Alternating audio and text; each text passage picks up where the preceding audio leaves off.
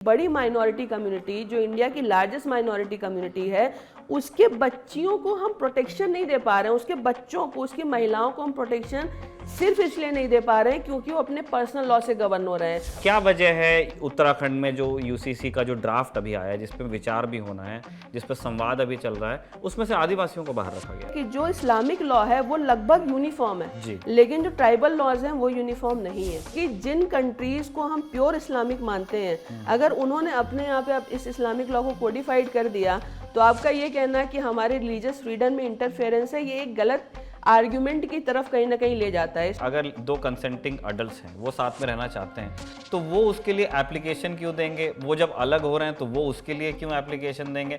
Live in relationship में होने वाले क्राइम है, पेरेंट्स को ही नहीं पता कि उनके बच्चे बच्चियां कहाँ हैं, किसके साथ रह रहे हैं। क्या यहाँ पे सरकार को आना ही इसलिए पड़ा क्योंकि लिव इन रिलेशनशिप में होने वाले मर्डर्स की संख्या या क्राइम की संख्या जब बढ़ने लगी तो वहाँ पर रिड्रेसल से पहले कोई डेटा है प्रिवेंशन की जरूरत है। इतने मर्डर्स लिव इन की वजह से हुए हैं, इतने सारे तो हमने हाईलाइटेड देख लिए। नहीं, अब ये डेटा तो बताया। मेरे पास नहीं है जिसकी आप बात कर रहे हैं, लेकिन लिव इन रिलेशनशिप में कोई अगर कपल रह रहा है और मान लीजिए उस रिलेशनशिप से कोई बच्चा आता है और वो शादी नहीं करते हैं, तो उस बच्चे का क्या स्टेटस होगा? इतना स्टेट क्यों डोमिनेट करे किसी की पर्सनल लाइफ को? जैसे मान लीजिए किसी को ड्रग्स खाना पसंद है, अब वो कहे मेरी राइट टू चॉइस है, मैं तो ड्रग्स ही लूंगा, तो क्या उसको स्टेट रेगुलेट नहीं कर सकता? नहीं, मैं ड्रग्स की नहीं बात कर रहा हूँ, मैं एक पसंद की लड़की या लड़के के साथ रहने की, ये एक जनरल स्टेटमेंट है कि लिव इन में ये खराबी है। जनरल स्टेटमेंट तो नहीं है ये।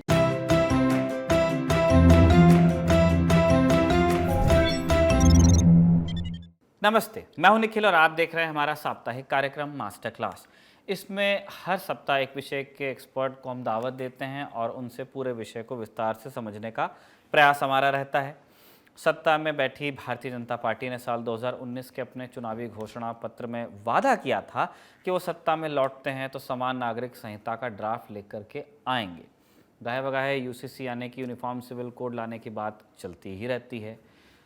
हाल फिलहाल उत्तराखंड की विधानसभा में यूसीसी का जो बिल है वो रखा गया, विचार होगा। ऐसी खबरें हैं कि आने वाले दिनों में कई और राज्य भी इस कतार में शामिल होने वाले हैं। ऐसे में हमने सोचा कि मास्टर क्लास में इस बार हम संविधान के एक्सपर्ट के ज़रिए यूसीसी की कानूनी बारीकियां समझने की कोशिश करें।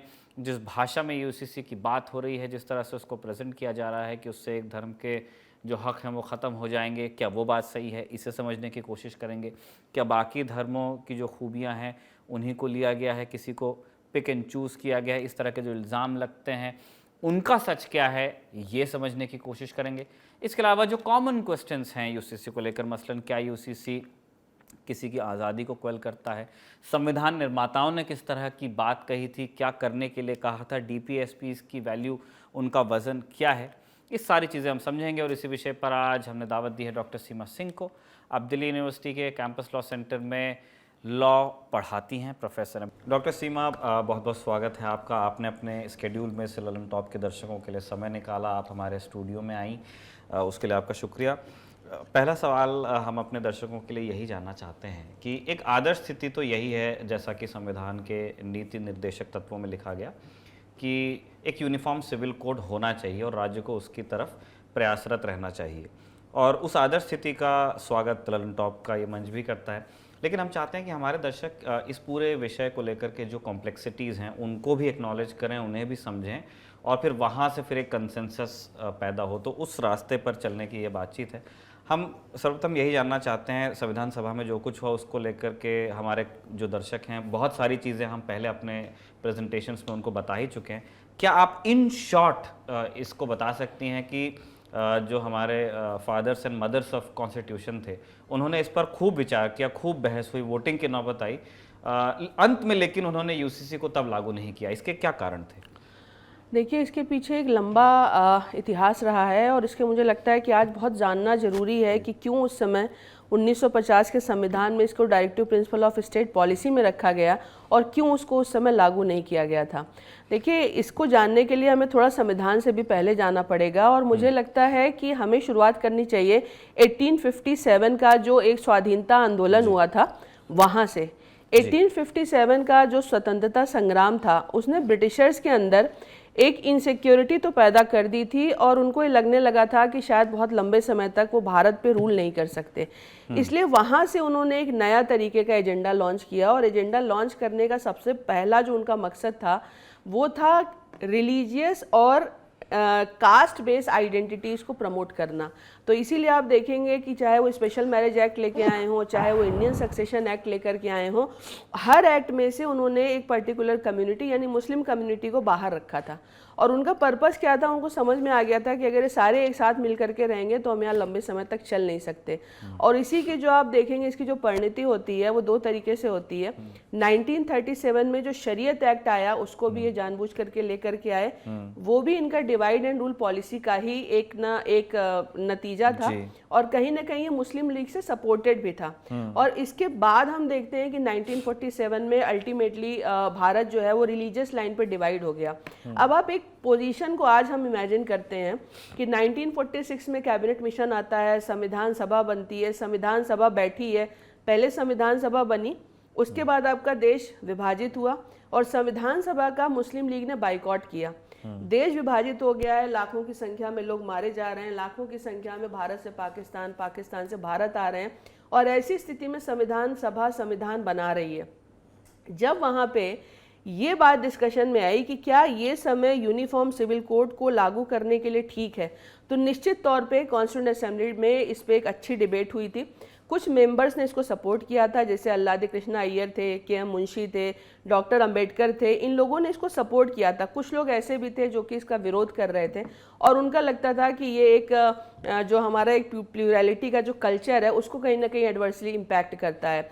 अल्टीमेटली यूनैनिमसली वो एक इस नतीजे पे पहुंचे कि अभी आज का समय यूनिफॉर्म सिविल कोड को लागू करने के लिए ठीक इसलिए नहीं है क्योंकि अभी देश बटा है और माइनॉरिटी कम्युनिटी को कहीं एक तरीके की इनसिक्योरिटी भी नहीं होनी चाहिए कि उनको कहीं से टारगेट किया जा रहा है। लेकिन उन्होंने इसको देश के लिए ज़रूरी माना और इसीलिए उन्होंने जहाँ पे संविधान के अनुच्छेद 25 में प्रत्येक नागरिक को धार्मिक स्वतंत्रता की आज़ादी दी, वहीं पर अनुच्छेद 44 में इन्होंने राज्यों के लिए ये एक नीति निर्देशक तत्व के रूप में प्रिस्क्राइब किया कि सही समय आने पर इस देश में यूनिफॉर्म सिविल कोड लागू किया जाना चाहिए, जिसका अर्थ है समान नागरिक संहिता, और जो हर व्यक्ति के चाहे वो किसी भी रिलीजन को बिलोंग करता हो, इसको जो है वो सिमिलरली उसके ऊपर ये एप्लीकेबल होनी चाहिए। तो ये वो रीज़न था और उसके बाद आप देख रहे हैं कि 75 साल हो गए, लेकिन एक्चुअल में ये अनुच्छेद 44 यानी यूनिफॉर्म सिविल कोड लागू नहीं हो पाया। इसके बावजूद कि सुप्रीम कोर्ट ने लगातार अपने अलग अलग जजमेंट में सरकार से बोला कि आप यूनिफॉर्म सिविल कोड को लागू कीजिए, शाह बानो से लेकर के सायरा बानो तक, और उसकी परिणति जो है अब हमें कहीं ना कहीं ऐसा लग रहा है कि वो पूरे देश में लागू होगा, जिसकी शुरुआत उत्तरांचल से हो चुकी है। तो ये संविधान के डायरेक्टिव प्रिंसिपल का ही एक उद्देश्य है जिसे कि अभी उत्तरांचल सरकार ने एग्जीक्यूट किया है। मैम, जैसे हम उस तरह के सवाल भी पूछना चाहते हैं जिस तरह के सवाल सोशल मीडिया पे तैरते हैं या नुक्कड़ पे भी लोग उन पर बात करते हैं। जैसे एक ये बहुत ही आम समझ है लोगों की और काफ़ी बेसिक भी, कि वो कहते हैं कि यार इस देश में हिंदुओं का कानून अलग है, मुसलमानों का कानून अलग है। हम जानना चाहते हैं कि जो एक पूरा एक फैमिली ऑफ लॉज है हिंदुस्तान में, कॉन्स्टिट्यूशन में, उसमें ऐसी कितनी चीज़ें हैं जिसमें हिंदुओं और मुसलमानों को अलग देखा जाता है? क्या क्रिमिनल लॉज उनके लिए अलग हैं? और जो बाकी जो सिविल एम्बिट है लॉज का, उसमें कॉन्ट्रैक्ट लॉ हुआ या तमाम जो लॉज हैं, ऐसे कितने विषय हैं जो, और उसको परसेंटेज अगर मैं निकालने के लिए आपसे कहूं कि अगर देश में 100 कानून है तो कितने ऐसे कानून हैं जो फ़र्क करते हैं हिंदू और मुसलमान में? देखिए, ये एक बड़ा महत्वपूर्ण सवाल है क्योंकि हम क्या मान करके चलते हैं कि सिविल लॉ में जो पर्सनल लॉ, जैसे कॉन्ट्रैक्ट एक्ट सबके लिए सेम है, कंज्यूमर एक्ट सबके लिए सेम है, लेकिन जो आपके पर्सनल लॉ में 5 चीज़ें हैं जिसमें कि आपका मैरिज है, आपका डिवोर्स है, आपका अडॉप्शन है, सक्सेशन है, मेंटेनेंस है, ये 5 चीज़ें जो हैं वो अलग अलग रिलीजन की अलग अलग हैं। और उसमें भी एक इम्पॉर्टेंट इम्पॉर्टेंट बात आपको ये देखने को मिलेगी कि हिंदू लॉ तो 1955 में कोडिफाइड कर दिया गया। आपके जो क्रिश्चियन, पारसी और ज्यूश लॉ है वो भी लार्जली उसी पैटर्न पे कोडिफाइड है। फिर आपका एक स्पेशल मैरिज एक्ट भी है जो कि एक सेकुलर लेजिस्लेशन आप कह सकते हैं कि है। लेकिन एक जो पूरा का पूरा एक कम्युनिटी का जो लॉ अभी तक अनकोडिफाइड रह गया वो आपका मुस्लिम पर्सनल लॉ है। और मुस्लिम पर्सनल लॉ के अनकोडिफाइड रहने का एक बहुत बड़ा रीज़न ये रहा कि जो शरीयत लॉ आया उसने ये बोल दिया कि 1937 में कि सरकार शरीयत एक्ट में किसी भी तरीके का इंटरफेरेंस नहीं करेगी। तो 1937 की जो पोजीशन है वो संविधान के आने की पहले की पोजीशन है। जब 1950 में आपका संविधान आ गया तो वो प्रत्येक महिला को, प्रत्येक बच्चे को, प्रत्येक नागरिक को समानता का अधिकार देती है। लेकिन यहाँ पे आपको शायद एक चीज़ मालूम नहीं होगी कि बहुत सारे ऐसे एक्ट हैं जो कि क्रिमिनल लॉ के उसमें आते हैं, और वो जैसे मान लीजिए कि अगर हम कहते हैं चाइल्ड मैरिज प्रोहिबिशन एक्ट। अब चाइल्ड मैरिज प्रोहिबिशन एक्ट कहता है कि 18 साल से कम उम्र की लड़की और 21 साल से कम उम्र के लड़के की शादी नहीं हो सकती। लेकिन अगर आप इस्लाम का लेंगे तो इस्लाम में क्या है कि वहाँ पे एज ऑफ प्यूबर्टी को ही एज ऑफ मैरिज मान लेते हैं। अब वो एज ऑफ प्यूबर्टी 12 साल में हो सकती है, 13 साल में हो सकती है, 14 साल में हो सकती है। तो 12, 13, 14 साल के बच्चे की अगर आप शादी करते हैं तो उनके पर्सनल लॉ के हिसाब से वो जस्टिफाइड है, और इसका मतलब वो चाइल्ड मैरिज प्रोहिबिशन एक्ट में वो कहीं जा करके कवर नहीं होता। इसका मतलब चाइल्ड मैरिज प्रोहिबिशन एक्ट उनके ऊपर लागू नहीं हो रहा। और दूसरी इसमें इंपॉर्टेंट बात यह है कि अगर चाइल्ड मैरिज होगी तो मैरिज में अभी हम लोग असम गए थे, कुछ दिन पहले की बात है, कवरेज के लिए। और उससे पहले से भी जैसे असम में हज़ारों की संख्या में लोगों को राउंड अप किया गया है, और उसमें बड़ी संख्या मुस्लिम्स की भी है, जहां उनको बाल विवाह अधिनियम के तहत ही अंदर किया गया है। तो क्या अलग अलग राज्यों में अलग अलग स्थिति है? अलग अलग राज्य, कुछ जगह बाल विवाह अधिनियम लागू हो जाता है मुसलमानों पे, कुछ जगह नहीं होता है, क्या ऐसा है? देखिए, इसमें ना एक बहुत बड़ी समस्या है। समस्या ये है कि इसमें हाई कोर्ट के जजमेंट में कंसिस्टेंसी नहीं है। किसी हाई कोर्ट ने बोला कि नहीं, आपका जो चाइल्ड मैरिज प्रोहिबिशन एक्ट है वो सेकुलर लेजिस्लेशन है तो सबके ऊपर लगेगा। कई हाई कोर्ट ने ये बोल दिया कि नहीं, ये पर्सनल लॉ चूंकि इनका कोडिफाइड नहीं है इसलिए पर्सनल लॉ के हिसाब से गवर्न होंगे। दूसरी बात इसमें इंपॉर्टेंट ये होती है कि क्या हर व्यक्ति के लिए, चूंकि हमने लॉ को प्रॉपरली डिफाइन ना करके उसमें कंफ्यूजन क्रिएट कर रखी है, तो हर बच्ची का जिसका कि बाल विवाह हो रहा है या जबरदस्ती किया जा रहा है वो क्या कोर्ट जा सकती है क्या? तो ज़रूरत है कि आप उसको एक लेजिस्लेशन बना करके यूनिफॉर्मली सबके ऊपर अप्लाई करिए ताकि कंफ्यूजन दूर हो जाए। अब आपका जैसे पॉक्सो है, पॉक्सो ही कहता है कि 18 साल से कम उम्र के बच्चे के साथ अगर आप कोई सेक्सुअल एक्टिविटी करते हैं तो वो ऑफेंस है। लेकिन आप एक बात बताइए, अगर आप माइनर बच्चे की शादी कर रहे हैं तो कोहैबिटेशन तो करेगा ना जो करा। जैसे आपने देखा हैदराबाद में शेख आते हैं, वो छोटी छोटी बच्चियों से ट्रैवलर मैरिज करते हैं, और वो मैरिज सिर्फ तब तक वैलिड रहती है जब तक कि वो उस देश में टूरिस्ट वीज़ा पे रहते हैं। जब वो चले जाते हैं तो उन लड़कियों को तलाक दे जाते हैं। वो बच्चियां 12 साल की हैं, वो 14 साल की हैं, आप उनके साथ कोहैबिटेशन कर रहे हो और आप कह रहे हो कि पॉक्सो में नहीं आएगा। इसलिए नहीं आएगा क्योंकि आप पर्सनल लॉ से गवर्न हो रहे हो। तो आप ये समझिए कि एक बड़ी माइनॉरिटी कम्युनिटी, जो इंडिया की लार्जेस्ट माइनॉरिटी कम्युनिटी है, उसके बच्चियों को हम प्रोटेक्शन नहीं दे पा रहे हैं। उसके बच्चों को, उसकी महिलाओं को हम प्रोटेक्शन सिर्फ इसलिए नहीं दे पा रहे हैं क्योंकि वो अपने पर्सनल लॉ से गवर्न हो रहे हैं। और ये एक बहुत बड़ा सवाल है कि क्या एक बच्चे को जो किसी भी रिलीजन से बिलोंग करता हो, क्या उसको पॉक्सो का प्रोटेक्शन नहीं मिलना चाहिए? क्या उसको चाइल्ड मैरिज प्रोहिबिशन एक्ट का प्रोटेक्शन नहीं मिलना चाहिए? यहाँ पे ये सवाल, या फिर जो मेंटेनेंस का सेक्शन 125 ऑफ सीआरपीसी है, क्या उसका प्रोटेक्शन नहीं मिलना चाहिए? लेकिन अभी हो क्या रहा है कि पर्सनल लॉज के नाम पे आप ये कह रहे हो कि ये सारे लेजिस्लेशन आपके ऊपर अप्लाई नहीं होते हैं, और उसका परिणाम ये हो रहा है कि बड़ी संख्या में महिलाएं और बच्चे जो कि संविधान के अंतर्गत गवर्न होने के लिए इंटाइटल्ड हैं, वो इस प्रोटेक्शन को नहीं प्राप्त कर पा रही हैं, और उसके कारण उनका राइट टू लाइफ और राइट टू डिग्निटी दोनों का जो है कहीं ना कहीं पे आप कह सकते हो कि वायलेशन हो रहा है। इसलिए ये मुद्दा जो है ये बहुत ही गंभीर मुद्दा है, और हर अलग अलग रिलीजन में महिलाओं और बच्चों से जो डिस्क्रिमिनेशन हो रहा है ये उसको दूर करने के लिए बेहद ज़रूरी है। मैम, ये जो जेंडर जस्टिस और जो राइट ऑफ प्रॉपर्टी का जो आप बता रहे हैं कि मुसलमानों में कुछ इस तरह के कानून हैं कि वो पूरी तरह से उनके जो हक दिए गए भारत के संविधान में उनको वो एक्सरसाइज नहीं कर पा रही क्योंकि वो गवर्न हो रहे हैं पर्सनल लॉज से। क्या आदिवासियों को भी वहाँ भी महिलाएं और बच्चे हैं, क्या उन्हें भी इस तरह के हक नहीं मिल जाने चाहिए? क्या उनकी भी शादियों में जहाँ पे महिलाओं को डिसएडवांटेज पे रखा गया है, या जहाँ पे लड़कियों को अपने बाप की संपत्ति में हिस्सा नहीं मिल रहा है, या फ़र्क किया जा रहा है कि दादा लाई जायदाद नहीं बटेगी, बाप लाई जायदाद बटेगी? क्योंकि ये बहुत जगह पे सिस्टम है कि दादा, अगर प्रॉपर्टी है फैमिली में तो दादा की चली जाती है पूरे लड़के को, और पिता की संपत्ति बढ़ती है लड़के और लड़की में। ये मैंने कई जगह देखा है। तो इस तरह की अनेक आदिवासी परंपराएं हैं और जो हज़ारों हज़ार सालों से चल रही हैं, और उनमें महिलाओं के साथ में हम देख रहे हैं कि 21वीं सदी पर वो फिट नहीं बैठ रहा है। जो उनके हक संविधान में दिए गए वो एक्सरसाइज नहीं कर पा रहे हैं। क्या वजह है उत्तराखंड में जो यूसीसी का जो ड्राफ्ट अभी आया है, जिस पर विचार भी होना है, जिस पर संवाद अभी चल रहा है, उसमें से आदिवासियों को बाहर रखा गया? देखिए, ये जो हमारा आदिवासियों का मुद्दा है, पहले तो हमें ये समझना चाहिए कि ये आदिवासी जो हैं ये कल्चरल आइडेंटिटीज़ हैं, ये कोई रिलीजियस आइडेंटिटी नहीं है, ये एक कल्चरल आइडेंटिटी है। आज अगर भारत में आप आदिवासियों की संख्या देखेंगे तो 700 तरीके की ट्राइब्स हैं, नंबर एक बात। नंबर दो बात जो इम्पोर्टेंट है कि हमारा संविधान, जो संविधान यूसीसी देने की बात करता है, इक्वलिटी की बात करता है, उसी संविधान में ट्राइबल कम्युनिटी को स्पेशल स्टेटस दिया गया है। और दूसरी बात इसमें हमें ये समझने की बहुत ज़्यादा ज़रूरत है कि हम ये नहीं कह सकते हैं कि आदिवासियों के सारे लेजिस्लेशन एंटी विमेन और एंटी चिल्ड्रन है। ये तो मैंने नहीं कहा। नहीं, मतलब मैं एक बात में जनरल पब्लिक के लिए बोल रही हूँ। किसी ने ये भी नहीं कहा कि मुसलमानों के सारे कानून महिलाओं के खिलाफ है, और किसी ने ये आप, भी नहीं कहा अगर कि कंपेयर करोगे ना, आदिवासियों के भी सारे कानून हैं, उसमें से कुछ कानूनों की हम बात कर रहे हैं। तो उसमें आप कुछ कानूनों की अगर बात कर रहे हैं तो उसमें 700 तरीके के अगर ट्राइब है ना, तो उनकी 700 तरीके की कस्टमरी प्रैक्टिसेस हैं। एक प्रैक्टिस में हो सकता है कि महिला को बहुत ज़्यादा राइट हो, जैसे कि आप देखेंगे नॉर्थ ईस्ट में बहुत ज़्यादा है, देश के अलग अलग हिस्सों में कई सारी ऐसी ट्राइबल कम्युनिटीज़ हैं जिसमें कि उसमें बहुत ज़्यादा राइट है।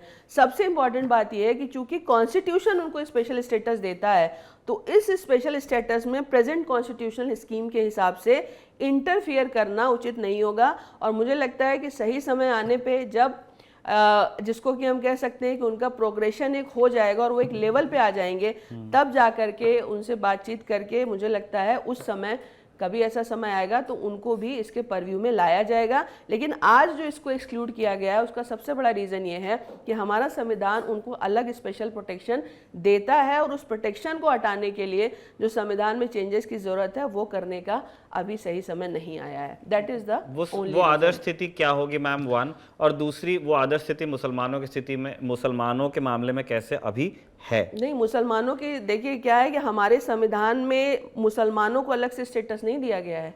हमारे संविधान में आदिवासियों को अलग, आदिवासियों को या जिनको हम जनजातियां कहते हैं उनको अलग से स्टेटस दिया गया है। कॉमन सिविल कोड आर्टिकल 44 में संविधान में साफ साफ लिखा हुआ है।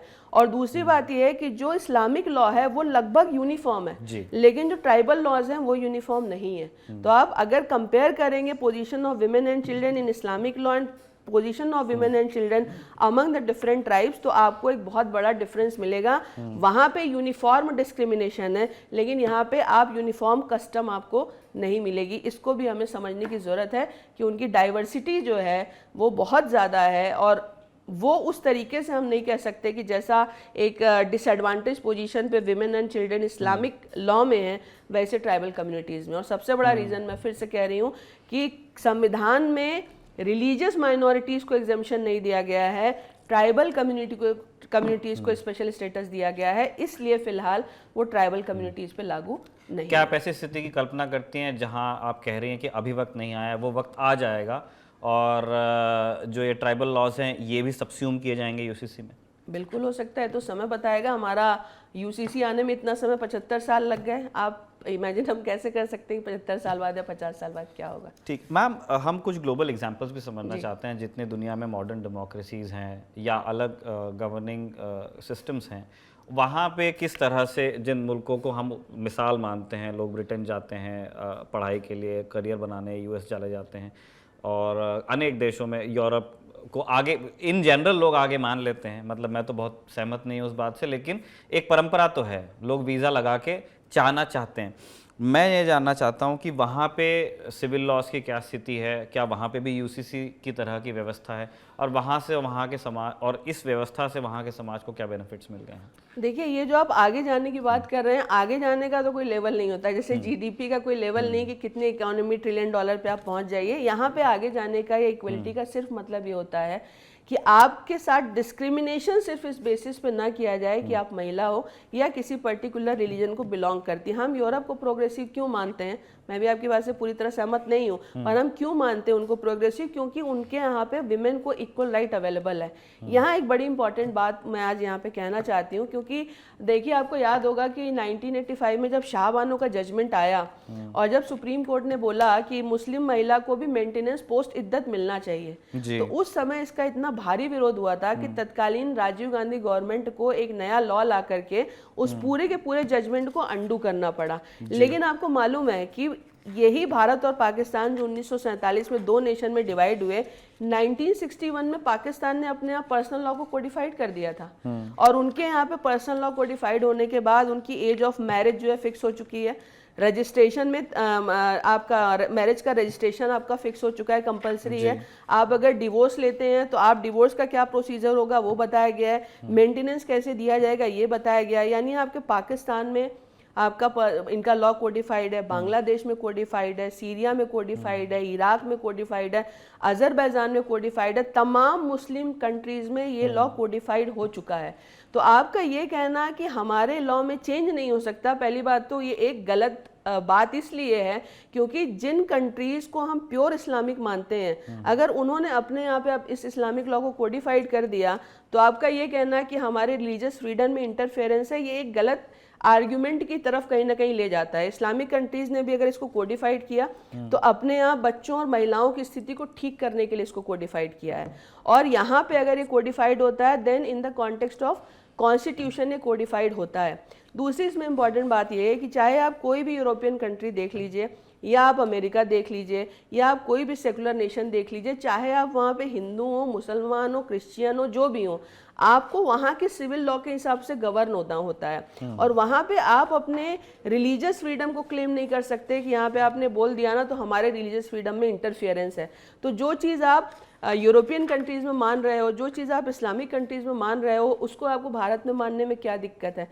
दूसरी इसमें इंपॉर्टेंट बात यह है कि हमारा जो संविधान है, संविधान जो रिलीजियस फ्रीडम की बात करता है वो ये कहता है कि हर रिलीजन में एक इसेंशियल पार्ट होगा जिसको कि कोर बिलीफ हम कहते हैं, और दूसरी उसकी पेरिफेरी होती है जिसमें बहुत सारी कस्टम्स होती हैं।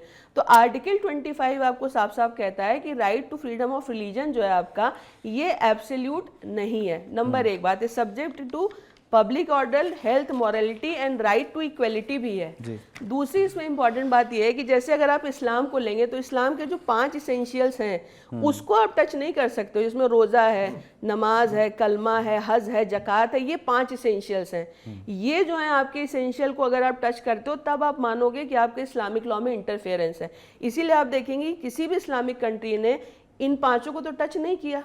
जो आपकी सेकुलर कंट्री उन्होंने भी इन 5 को टच नहीं किया। यूसीसी में भी ये 5 टच नहीं है।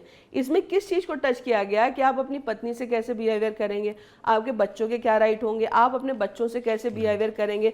तो जहाँ पे पर्सन टू पर्सन बिहेवियर आता है वो फ्रीडम ऑफ रिलीजन में नहीं आता। जहाँ पे इंडिविजुअल और गॉड के बीच का रिलेशनशिप होता है वो right to freedom of religion में आता है।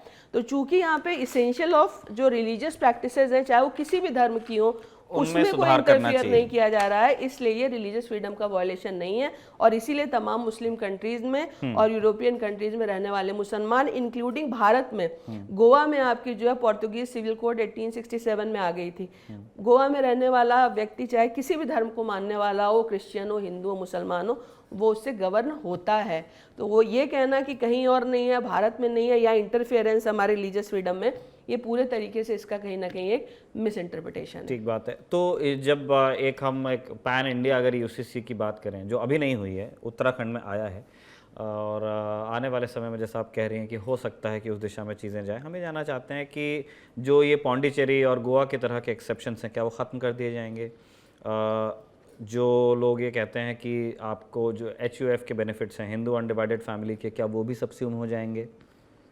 देखिए अभी इसमें क्या है, अभी इसका पूरा ड्राफ्ट आया नहीं है। उत्तरांचल क्या हो जाना चाहिए HUF को खत्म? देखिए इसमें 2 चीज़ें हैं, मैं इसको बड़ा साफ साफ बोलना चाहती हूँ। हर रिलीजन की कुछ रिलीजियस कस्टमरी प्रैक्टिसेस होती हैं। अब जैसे आप ये कहिए कि यूनिफॉर्म सिविल कोड आ जाएगा तो हिंदुओं में जो सप्तपदी होती है वो बाकी लोगों पर लागू हो जाएगी, ऐसा नहीं होगा।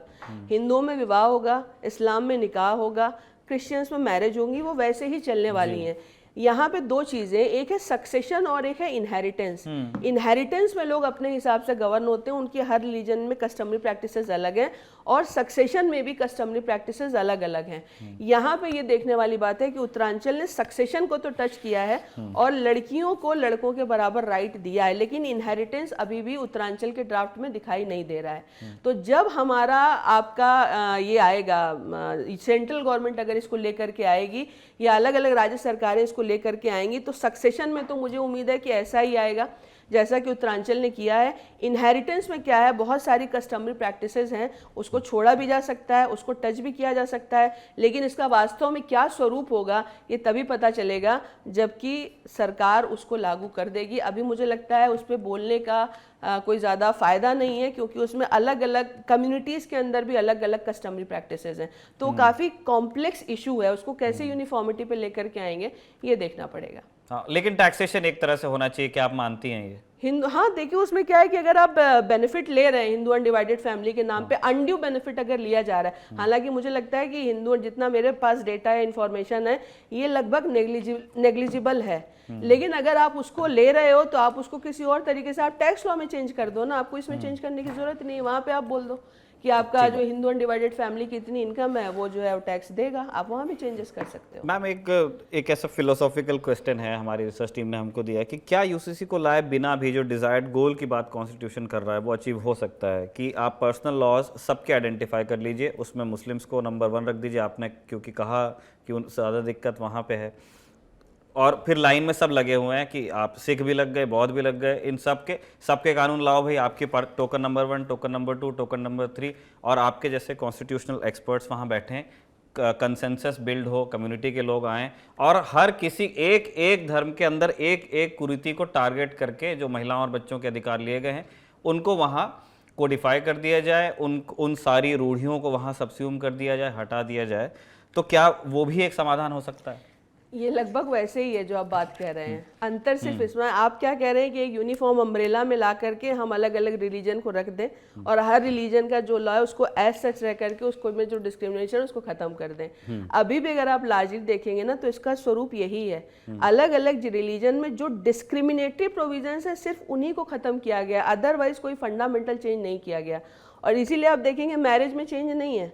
रजिस्ट्रेशन की बात अगर की गई तो वो तो एक जायज़ बात है, अगर आप मैरिजेबल एज को आप फिक्स कर रहे हैं तो वो भी वैलिड बात है, लेकिन अब तलाक के नाम पे अगर कोई डिस्क्रिमिनेशन है, अडॉप्शन में अगर आप देखेंगे, आपने हिंदूज को इतना राइट अडॉप्शन का दिया हुआ है कि अगर वो एक सिंगल लेडी है या सिंगल मैन है तो वो भी अडॉप्ट कर सकता है। अडॉप्टेड बच्चे को वही राइट होते हैं जो कि बायोलॉजिकली आपके बच्चे को होते हैं। लेकिन अगर आप बाकी रिलीजन में देखेंगे तो वहाँ पे इस्लाम में अडॉप्शन का राइट नहीं है, क्रिश्चियनिटी में भी सेम है, वहाँ पे गार्जियनशिप है, और गार्जियनशिप में आप एज ए गार्जियन उस बच्चे को बड़ा करोगे, लेकिन उसके बाद क्या है वो आपकी प्रॉपर्टी में राइट को क्लेम नहीं कर सकता। तो अब जब बच्चा आपने अडॉप्ट कर लिया तो क्या वो आपकी फैमिली का हिस्सा नहीं बनना चाहिए? और फिर मान लीजिए उसके पेरेंट्स जो को कोई बायोलॉजिकल बच्चा नहीं होता और उनकी डेथ हो जाती है, तो फिर वो अपने पेरेंट्स की प्रॉपर्टी को क्यों नहीं इनहेरिट करेगा? ये सारे इंपॉर्टेंट क्वेश्चन है। इसीलिए जो बात आप कह रहे हैं यूसीसी में भी वही बात की गई है। वो हमें पोर्ट्रेल ऐसा किया जा रहा है कि रिलीजन को टारगेट किया गया, अगर अदरवाइज आप देखेंगे तो इसमें किसी रिलीजन को टारगेट नहीं किया गया है। संविधान के अकॉर्डिंग हर धर्म की महिला और हर धर्म के बच्चे को बराबर राइट मिलना चाहिए, बस इसको इंश्योर किया गया है इसमें। ठीक बात है मैम। हम एक अगला सवाल अगेन ये एक्सपर्ट्स के हवाले से पूछ रहे हैं। कई संवैधानिक जो विशेषज्ञ हैं, कानून के भी वो जानकार हैं, वो कह रहे हैं कि संविधान निर्माताओं का इरादा पूर्ण रूप एकता का कभी रहा ही नहीं था। यही कारण है कि पर्सनल लॉज को कंकरेंट लिस्ट में रखा गया, एंट्री 5, जिसमें कानून बनाने की शक्ति संसद को भी दी गई तो राज्य की विधानसभाओं को भी दी गई। कई एक्सपर्ट्स का तर्क है कि जब पहले से ही सिविल और क्रिमिनल लॉज में ही विविधता है, जिस यूनिफॉर्मिटी का नारा दिया जा रहा है वो एग्जिस्ट करती भी नहीं है, तो फिर एक कानून एक राष्ट्र वाली बात को पर्सनल लॉज पे फिर क्यों इस तरह से इम्पोज किया जा रहा है? इन लोगों को आप क्या जवाब देना चाहेंगे? देखिए, अगर ये कहते हैं कि पर्सनल लॉज पे लॉ बन ही नहीं सकता तो ये नहीं कहा जा रहा है, कहा यह जा रहा है कि आपके सिविल और क्रिमिनल लॉज में विविधता है, ठीक कैसे है। विविधता है?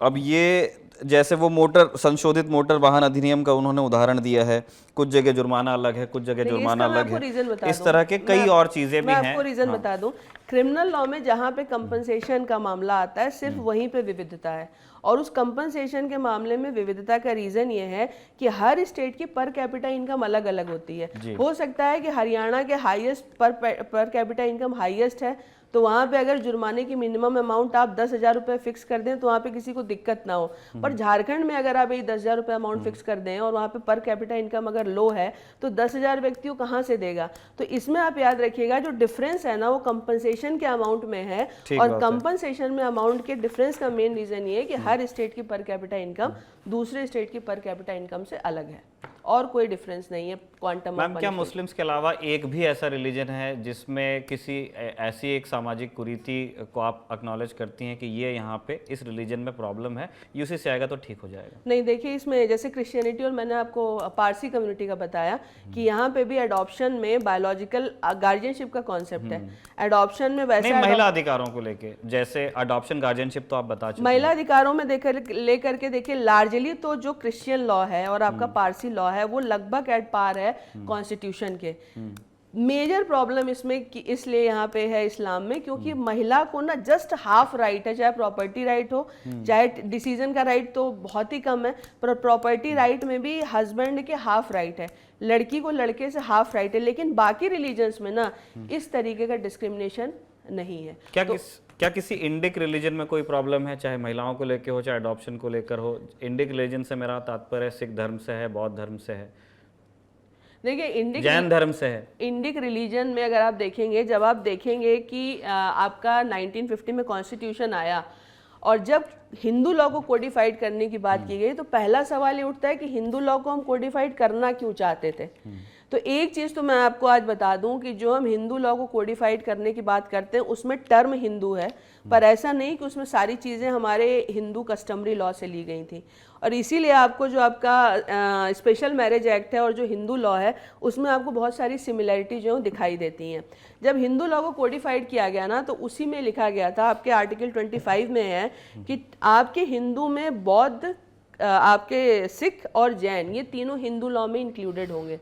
तो जब आपने उनको इंक्लूड कर दिया और जैसे ही आपने हिंदू लॉ को कोडिफाइड किया, ये इंडिक रिलीजन जिसको आप कह रहे हो उनमें सारे तो आपकी जो भी आपकी कस्टमरी प्रैक्टिसेस हैं वो तो यूनिफॉर्म हो गई कोडिफाइड होते ही।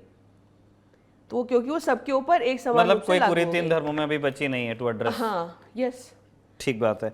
मैम, हम ये भी जानना चाहते हैं कि यूसीसी का एक ड्राफ्ट तो उत्तराखंड सरकार ने हमारे सामने रखा ही है, उसके अंदर लिव इन रिलेशनशिप को लेके कुछ ऐसी चीज़ें हैं जिन्हें कई लोगों ने उस पर असहमति जताई है, और उसमें लिव इन को लेके उनका कहना है कि अगर दो कंसेंटिंग अडल्ट्स हैं वो साथ में रहना चाहते हैं तो वो उसके लिए एप्लीकेशन क्यों देंगे, वो जब अलग हो रहे हैं तो वो उसके लिए क्यों एप्लीकेशन देंगे, हम ये जानना चाहते हैं। बस मैं ये बात पहले से रख दूं कि इसमें अगर डोमेस्टिक वायलेंस के केसेस होते हैं तो वो तो कोर्ट्स ने पहले ही एक्नॉलेज किया हुआ है कि अगर लिव इन में डोमेस्टिक वायलेंस होती है प्रॉपर मामला दर्ज होगा और प्रॉपर उसमें सजा भी होगी। जो क्रिमिनलिटी है अगर वो पैदा होती है दो लोगों के एक बेडरूम में तो उसको लेकर के कानून पहले स्पष्ट है कि किसी को बख्शा नहीं जाएगा।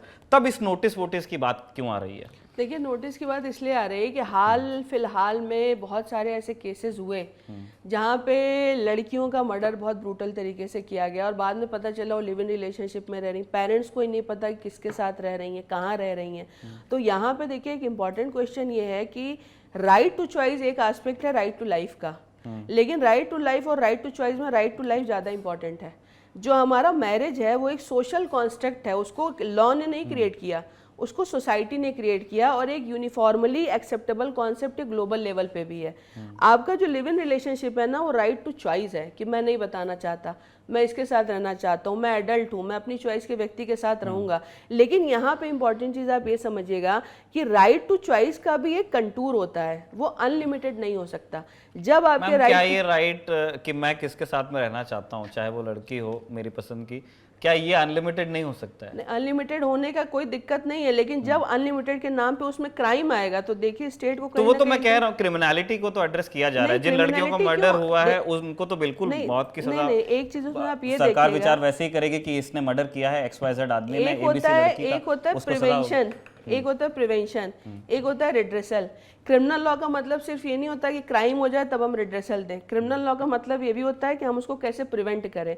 तो ये एक तरीके से उसके प्रिवेंशन का भी एस्पेक्ट है। इस पे और बहस हो सकती है और बातें हो सकती हैं, लेकिन जो मेन इंटेंट मुझे उत्तराखंड सरकार का लगता है वो सिर्फ ये लगता है कि ये जो लिव इन रिलेशनशिप में होने वाले क्राइम है, पेरेंट्स को ही नहीं पता कि उनके बच्चे बच्चियां कहाँ हैं, किसके साथ रह रहे हैं, और एक डिस्कॉर्ड जो क्रिएट होता है ना between the parents and the children, इस नाम पे क्यों ग्रोन अप हो गए हैं, वो एक्चुअल में अगर आप कल्चरल एस्पेक्ट से देखिए तो इंडिया के लिए सुटेबल नहीं है। और अगर आप राइट टू लिबर्टी के नाम पे अगर आप देखेंगे तो जहाँ पे राइट टू लाइफ में और राइट टू चॉइस में कन्फ्लिक्ट होगा, पहला प्रोटेक्शन जो है वो राइट टू लाइफ को दिया जाएगा। यहाँ पे सरकार को आना ही इसलिए पड़ा क्योंकि लिव इन रिलेशनशिप में होने वाले मर्डर्स की संख्या या क्राइम की संख्या जब बढ़ने लगी तो वहां पर रिड्रेसल से पहले जो प्रिवेंशन की जरूरत है। इतने मर्डर्स लिव इन की वजह से हुए देखिए हैं, इतने इतने सारे तो मर्डर्स हमने मैरिज हाईलाइटेड की देख वजह से लिए। हुए। हाईलाइटेड नहीं मैम, मैं कॉन्क्रीट डेटा की बात कर रहा हूँ कि क्या कोई एक्सेल शीट पे कहीं किसी ने पाई चार्ट बनाया है? नहीं, अब जो ये डेटा तो बताए। मेरे पास नहीं है जिसकी आप बात कर रहे हैं, लेकिन इसमें आप देखोगे ना तो इसमें एक और बड़ा इंपॉर्टेंट पहलू है। इंपॉर्टेंट पहलू ये है कि लिव इन रिलेशनशिप में कोई अगर कपल रह रहा है और मान लीजिए उस रिलेशनशिप से कोई बच्चा आता है और वो शादी नहीं करते हैं, तो उस बच्चे का क्या स्टेटस होगा? ये इसकी जो फ्यूचर कॉम्प्लेक्सिटीज है ना, ये आप सिर्फ एक प्लेजर को देख रहे हो बड़े लिमिटेड स्कोप में कि दो लोग चाह रहे हैं और रह रहे हैं, लेकिन इसको जो रैमिफिकेशंस है ना उसके बड़े लॉन्ग लास्टिंग इम्पैक्ट हैं। और इसमें इंपॉर्टेंट बात ये होती है कि सिर्फ दो लोगों की इच्छा इंपॉर्टेंट नहीं होती, उसके जो सोशल मैसेजिंग और सोशल इम्प्लीकेशंस होते हैं वो भी बहुत ज़्यादा इंपॉर्टेंट होते हैं। तो उसमें इस इश्यूज़ को भी लेकर के भी इसको भी लेकर के बहुत सारे इश्यूज़ आए हैं। कोई बच्चा आ गया, अब वो नहीं चाहते कि बच्चा हो तो बच्चे को ज़बरदस्ती अबॉर्ट करना, या फिर बच्चा पैदा हो गया तो हस्बैंड कहेगा कि हम मतलब लिव इन पार्टनर कहे कि हम शादी नहीं करेंगे, अब आपको हम छोड़ देंगे। या जैसे अभी हाल फिलहाल में कई सारे केसेस आ रहे हैं कि मैरिड हैं फिर भी लिव इन में रहना चाहते हैं। तो इसने क्या किया है ना, राइट टू चॉइस को एक एनार्की के रूप में अगर आप इस्तेमाल करोगे तो धीरे धीरे सोशल डिसऑर्डर एक तरीका का क्रिएट होता है। और अगर आप इसको यूरोपियन कंट्रीज़ में देखोगे तो वहाँ पे भी इसके परिणाम कहीं ना कहीं दिखने लगे हैं। फिर आप कहोगे कि हम कॉन्ट्रैक्ट में जाएंगे, हम कॉन्ट्रैक्ट करके एंटर करेंगे, तो वो सारे बहुत सारे उसके जो हैं फ्यूचर में कॉम्प्लिकेशंस हो सकते हैं। ये जो मुझे लगता है जो उत्तरांचल सरकार ने किया है, एक तरीके से इसको रेगुलेट करने के लिए भी किया है और लोगों को एक तरीके से मैसेज भी है कि आप प्रॉपर रिलेशनशिप में जाओ तो ज़्यादा बेटर है, बजाय इसके कि आप ऐसे रिलेशनशिप में जाओ जहाँ से फ्यूचर में जा करके अलग अलग तरीके की प्रॉब्लम्स क्रिएट हो सकती है। मान लीजिए कोई गरीब लड़की जैसे है, ये काफ़ी जिसको कहते हैं ना कि इतना स्टेट क्यों डोमिनेट करे किसी की पर्सनल लाइफ को कि ये बेहतर है तो इसमें जाना चाहिए, एक प्रॉपर रिलेशनशिप ये होगा, दिस इज इम्प्रॉपर। ये तो मुझे नहीं लगता कि संविधान निर्माताओं की इच्छा रही होगी। नहीं, इसका रीज़न ये होता है ना कि जब क्राइम होते हैं तो रिस्पॉन्सिबिलिटी स्टेट पे आती है। जैसे मान लीजिए किसी को ड्रग्स खाना पसंद है, अब वो कहे मेरी राइट टू चॉइस है, मैं तो ड्रग्स ही लूंगा, तो क्या उसको स्टेट रेगुलेट नहीं कर सकता? नहीं, मैं ड्रग्स की नहीं बात कर रहा हूँ, मैं एक पसंद की लड़की या लड़के के साथ रहने की बात कर रही हूँ। पसंद की जो आप बात कर रहे हैं ना, पसंद में भी आप या तो विद रिस्पॉन्सिबिलिटी उस रिलेशनशिप में घुसो। जो एग्जिट एंट्री का जो वो हो रहा है ना कि आज हमें पसंद, आपने देखा कि रेप केसेस कितने आने लगे हैं आपको, आपने सुना कि आज लड़के या लड़के ने बोल दिया कि नहीं हम तुम्हारे साथ शादी नहीं करेंगे। मैंने 50 केस देखे। फिर रेप केस आ रहा है कि हम रह रहे थे, इसने प्रॉमिस किया, अब मैं नहीं। बार बार पूछ रहा हूँ कि there has to be quantifiable data जो ये कहे कि लिव इन ने रेप्स बढ़ाए हैं या लिव इन ने मर्डर्स बढ़ाए, क्योंकि हम ये एक जनरल स्टेटमेंट है कि लिव इन में ये खराबी है। जनरल स्टेटमेंट तो नहीं है ये। उसके लिए एक डेटा होना चाहिए so that we can present कि शादी में रेप कम होते हैं, लिव इन में रेप ज्यादा होते हैं। शादी में तो देखिए अभी रेप आया नहीं है, लेकिन लिव इन कानून उसको एक्नॉलेज नहीं करता है। शादी में रेप की स्थिति होती है। मैम एक और चीज़ मैं जानना चाहता हूँ कि सेम सेक्स मैरिज को लेकर के उत्तराखंड के यूसीसी वो क्या कहता है, और एक जो हम देश के लिए यूसीसी की बात करेंगे उसमें आदर्श स्थिति जिसकी हम कल्पना कर रहे हैं उनमें इन जोड़ों की के लिए कहाँ जगह होगी? देखिए सेम सेक्स मैरिज का चैप्टर तो फिलहाल क्लोज हो चुका है, क्योंकि जब सुप्रीम कोर्ट ने बोल दिया कि सेम सेक्स कपल को मैरिज का स्टेटस नहीं मिल सकता, तो ऑटोमेटिकली वो यूसीसी के परव्यू से उस लिहाज से फिलहाल बाहर हो गया है। जहाँ तक बाकी राइट्स की बात है, वहाँ पहले भी कोई रिस्ट्रिक्शन नहीं था कि कोई सेम सेक्स में है, रिलेशनशिप में है तो सक्सेशन क्लेम नहीं कर सकता, इनहेरिटेंस क्लेम नहीं कर सकता, वो पहले भी नहीं था और वो अभी भी नहीं। तो सेम सेक्स का जो आप बोल रहे हैं, चूँकि सुप्रीम कोर्ट का जजमेंट आ चुका है, इसलिए यूसीसी में सेम सेक्स को लेकर के मेरे ख्याल से अभी कुछ भी होने पर की या जैसे ये रखने तो की मैम जरूरत नहीं है। लेजिस्लेचर के हाथ में है कि वो कोर्ट के जजमेंट्स तो आ चुके हैं, लेकिन जो पार्लियामेंट का के पास लेजिस्लेटिव राइट है टू लेजिस्लेट, जो उनको 1/3 शक्ति इस राज्य की मिली हुई है संविधान में, क्या उससे वो लेजिस्लेट नहीं कर सकते? देखिए उसमें तो क्या है ना कि आप कौन से राइट चाहते हैं, इसको भी आपने देखा है, जो सेम सेक्स का मैरिज सुप्रीम कोर्ट के सामने पेंडिंग था, उस पर काफ़ी डिबेट हुआ और उसमें सुप्रीम कोर्ट ने तो बोल दिया कि हम मैरिज का स्टेटस नहीं दे सकते, पर उसमें सेंट्रल गवर्नमेंट ने सुप्रीम कोर्ट के सामने एक प्रॉमिस किया था और सुप्रीम कोर्ट ने भी उसको माना, उनके प्रपोजल को, कि आप एक स्पेशल कमेटी कॉन्स्टिट्यूट करेंगे और इनके जो भी ग्रीवांसेज हैं, जो प्रॉब्लम वो फेस कर रहे हैं as a same sex couple, उसको जो है आप कैसे एड्रेस करेंगे, उसके लिए आप काम करिए और वो कमेटी अपनी रिकमेंडेशन दे। सरकार ने उस पर अपनी कमेटी बना दी है और मेरे ख्याल से उसकी जब रिपोर्ट आएगी तब वो चीज़ें फर्दर अपने आप क्लियर हो जाएंगी। ये तो सरकार का एक टेक्निकल वो है। मैं ये जानना चाहता हूँ कि जिस हम आदर्श की कल्पना में अभी जी रहे हैं, उसी का एक रूप यूसीसी होने वाला है। क्या जो आदर्श स्थिति होगी, क्या उसमें सेम सेक्स मैरिजेस की जगह होनी चाहिए?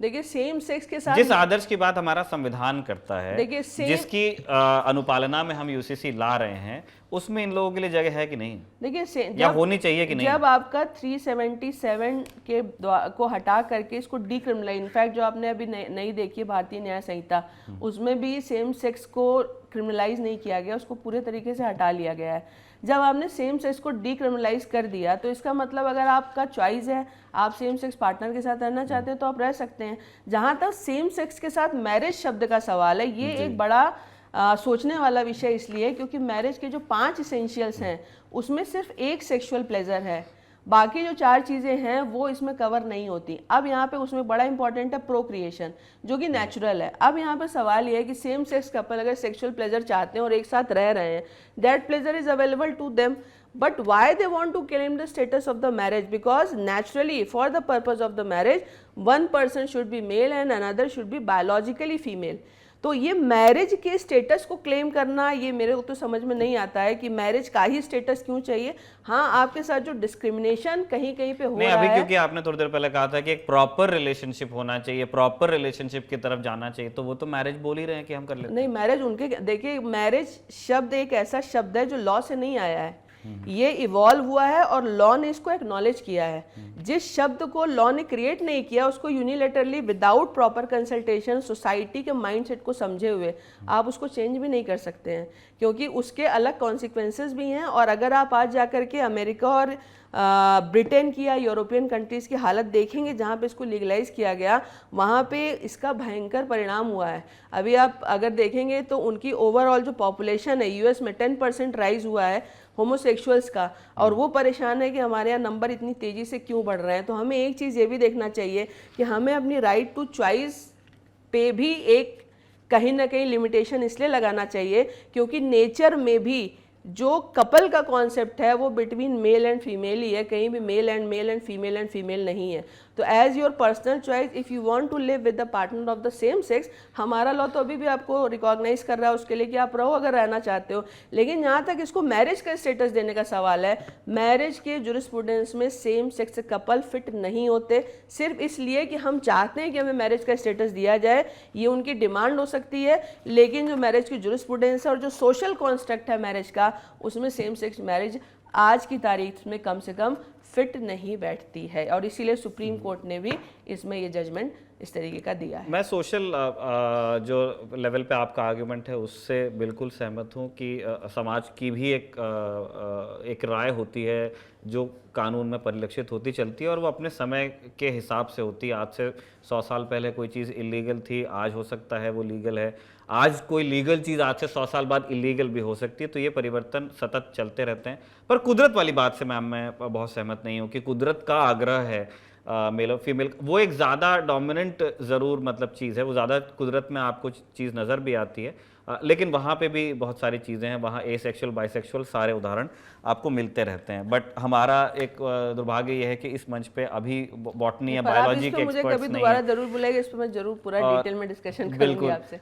मैम, एक मैं ये जानना चाहता हूँ, अभी इस बातचीत को सुनकर के हमारे बहुत सारे दर्शकों को ऐसा लगा होगा कि यार यहाँ झगड़ा क्यों चल रहा है। हमारे ये जितने सारे सवाल थे, हम उन जालों को हम हटाना चाहते हैं जो लोगों के दिमाग में बने हुए हैं, क्योंकि संवाद स्थापित नहीं हो पाया है। इसीलिए एक तरफ एक एक्सट्रीम पोजीशन ये है जो कहती है कि ये अगर हो जाता है तो हमारी संस्कृति, हमारा धर्म, हमारा सब कुछ एक धुआं हो जाएगा, और दूसरी एक्सट्रीम पोजीशन है जो उनको लगता है कि वो एक टैंक में बैठे हुए हैं और वो यूसीसी नाम का एक गोला दागेंगे और वो दगेगा जाकर के, मतलब उनके दुश्मन के घर में। तो ये दोनों एक्सट्रीम पोजीशंस को ही डिमोलिश करने के लिए हमने अपने सवाल मैम के सामने रखे। एक मेरा यहाँ पे थोड़ा सा बस मैं एक ऑब्जर्वेशन दूंगी। अभी आपने जो बात बोली है इसमें आप एक चीज़ देखिएगा, मैंने बहुत सारे मुस्लिम महिलाओं से और मुस्लिम ऑर्गेनाइजेशन से बात भी करी जब यूसीसी के लिए सरकार ने कमेटी बनाई थी तो, और मैंने उनसे पूछा था कि शाहबानों से लेकर सायरा बानो तक आपको क्या डिफरेंस दिखाई देता है, और यकीन मानिए उनमें से ज़्यादातर का कहना था कि शाह बानो से लेकर के सायरा बानो तक का जो समय है वो बहुत बड़ा परिवर्तन का काल रहा है। मुस्लिम महिलाएं अब अवेयर हैं, वो पढ़ लिख गई हैं, आपके जो इन्फॉर्मेशन के सोर्सेज हैं वो लोगों तक पहुंच गए हैं, सबके हाथ में मोबाइल है, हर किसी को इन्फॉर्मेशन का एक्सेस है और उसको खुद मालूम है किसके आने से क्या फ़ायदा और क्या नुकसान होने वाला है। इसीलिए आपने देखा होगा कि मुस्लिम महिलाओं ने कहीं ना कहीं इसको बहुत ज़्यादा वेलकम किया है। ये कहीं ना कहीं देखिए पैट्रियार्कल माइंडसेट का भी एक बहुत इंपॉर्टेंट इशू है। जो भी अथॉरिटी में होता है वो अपनी पावर को छोड़ना नहीं चाहता, लेकिन जो विक्टिमाइज होता है वो उससे निकलना चाहता है।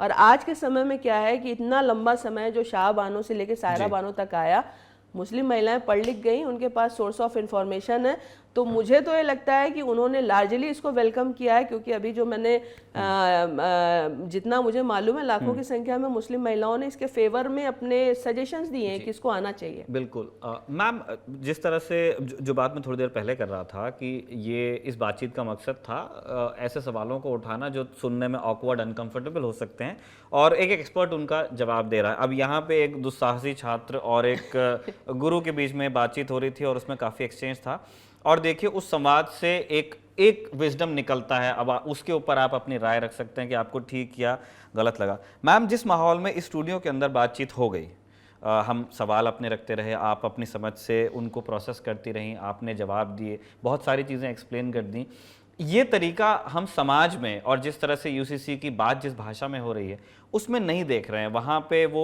एक जिन एक्सट्रीम पोजीशंस की मैं बात कर रहा था वहाँ उस तरह से उस चीज़ को लिया और बताया भी जा रहा है। क्या संवाद को बेहतर होने की ज़रूरत है? यूसीसी की जिस लैंग्वेज में बात हो रही है, अगर उससे किसी को डर लग रहा है तो क्या उसे सुधरने की ज़रूरत है? देखिए, पहले तो मुझे लगता है कि डर क्यों लग रहा है ये भी जानना जरूरी है। मैं लैंग्वेज की बात कर रहा हूँ। ठीक है, कैसे लग रहा है, किस बेसिस पे लग रहा है और किसको लग रहा है ये जानना भी। दूसरी बात मैं आपको बता दूं, जब भी आप कोई सोशल रिफॉर्म लेकर के आएंगे ना, उसकी एक्सेप्टेबिलिटी सबके यहाँ नहीं बनती है। आप याद कीजिए, जब आपका सती प्रथा को बैन किया गया था तो क्या हिंदू कम्युनिटी ने विरोध नहीं किया था? जब बाल विवाह बैन हुआ तो क्या हिंदू कम्युनिटी ने विरोध नहीं किया? और तो और छोड़िए आप, जब हिंदू लॉ को कोडिफाइड किया गया था 50s में, उसका कितना भयंकर प्रोटेस्ट हुआ था। लेकिन धीरे धीरे अगर उस समय सरकार पीछे चली जाती तो हिंदू लॉ भी कोडिफाइड ना होता। सोशल रिफॉर्म एक स्लो प्रोसेस है। जब आप इसको लागू करेंगे, कुछ लोग इसको एक्सेप्ट करेंगे, कुछ लोग इसको रिजेक्ट करेंगे, लेकिन धीरे धीरे जब आप रिफॉर्म की तरफ बढ़ते हैं, आपको याद होगा कि जब पंचायती राज आया था तो महिलाएं जो है, महिलाओं को रिजर्वेशन दिया गया, लेकिन पंचायत में उनके अधिकारों को एक्सरसाइज उनके हस्बैंड या उनके बेटा या भाई करता था। धीरे धीरे पंचायती राज ट्रांसफॉर्म हुआ। सोशल ट्रांसफॉर्मेशन एक प्रोसेस होता है। कई बार सोसाइटी चाहती है इसलिए लॉ आता है, कई बार लॉ आने से सोसाइटी चेंज होती है। तो ये एक जो है टू वे ट्रैफिक है। और यहाँ पे अगर आप कह रहे हैं कि यूसीसी पे सारे लोग सहमत हो जाते तब यूसीसी आता, तो 75 साल में तो सहमति बनी नहीं। आज हम ये जरूर देख रहे हैं कि मुस्लिम महिलाएं जिस तरीके से इससे खुश हैं, और ऐसा मैं नहीं कह रही कि मुस्लिम पुरुष खुश नहीं है, बहुत सारे ऐसे प्रोग्रेसिव मुस्लिम मेल हैं, मेरे तो बहुत सारे स्टूडेंट हैं, दे आर वेरी हैप्पी कि कम से कम ये जो एक डिस्क्रिमिनेशन है इससे कहीं ना कहीं छुटकारा मिला। जिनकी बेटियां हैं, जिनकी बहनें हैं, उनको भी कहीं ना कहीं काफ़ी रिलैक्सेशन है। लेकिन एक तबका जो है जो अपना मेल डोमिनेंस चाहता है, वो आज से अगर आप 25-50 साल बाद भी यूसीसी लाएंगे ना, तब भी वो उसका विरोध करेगा ही करेगा। मतलब अभी कर देना चाहिए, ये आपका कहना है? बिल्कुल कर देना चाहिए। अभी का समय ही सही समय है, जो क्योंकि सही समय कभी नहीं आता, उसको करके समय को सही बनाना यही है पड़ता सही। तो इसी नोट पे जैसे आप कह रही थी कि टू वे ट्रैफिक की बात है, हम अपनी बात रखते रहें, हमारे विशेषज्ञ अपनी समझ आपसे शेयर करते रहें और कमेंट्स के हवाले से हमें आपकी सोच भी पता चलती रहे। वो सिलसिला मास्टर क्लास की आने वाली किस्तों में भी जारी रहेगा। बहुत बहुत शुक्रिया हमारे दर्शकों का जिन्होंने इस किस्त को देखा। डॉक्टर सीमा, आपने बड़ा धीरज का परिचय दिया, हमारे सारे मैच्योर या इमेच्योर सवालों पर भी आपने रिएक्ट किया, उसके लिए आपका विशेष धन्यवाद। बहुत बहुत धन्यवाद। नमस्कार। नमस्ते।